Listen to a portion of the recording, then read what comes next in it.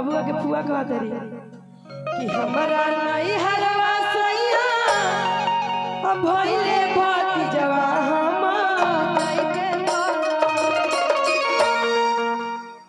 चाहे तू मरबा चाहे हम ग्यारी अइबा हम जइबे करा चाहे तू मरबा चाहे हम ग्यारी अइबा हम जइबे करा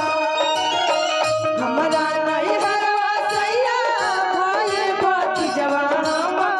जइबे करा हमरा नहीं हरवा सैया भइले भतीजवा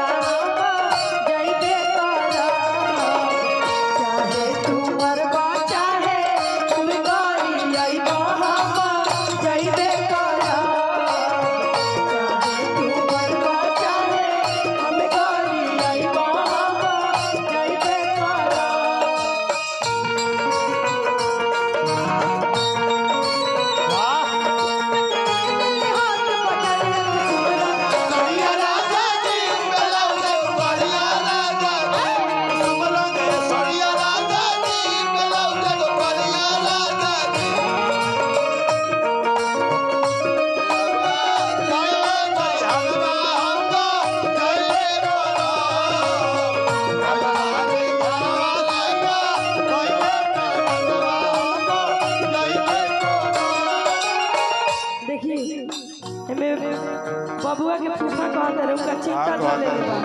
का कहत उनका चिंता धले लेबा कैसन चिंता इहे कि अब चल जइहन त हमरा के खाना पीना के दी चापाकल चला के पानी के चलाई त हम नहाई कैसे फूफा से नेग लेवे के होई कहत रही फूफा के पानी के दोसर के चले फुआ चले हैं जब तू हो जाई गुठानी तू नहीं हरवा हम कैसे रहा जब तू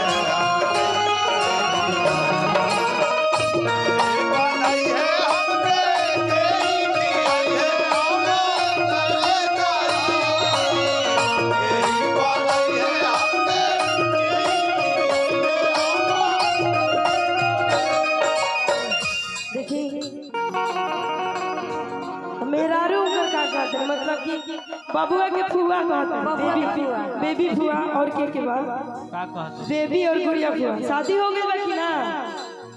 शादी भइल बा कि ना अभी हो गई बा हां तो देखी का कहत रे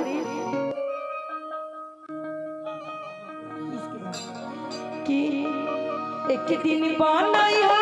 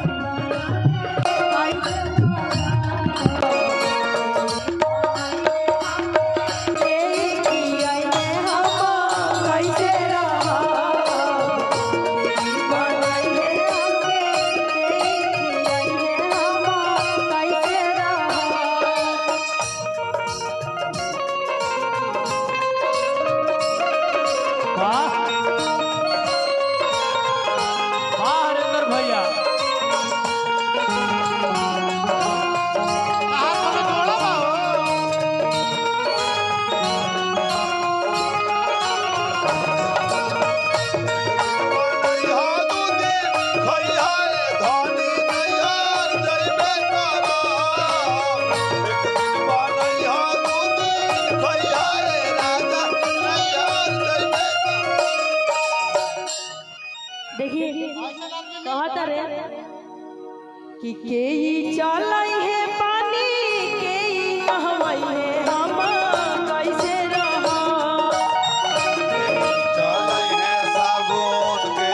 लगाई है वही करा के चलाई है पानी के नहवाई है हम कैसे रहा जब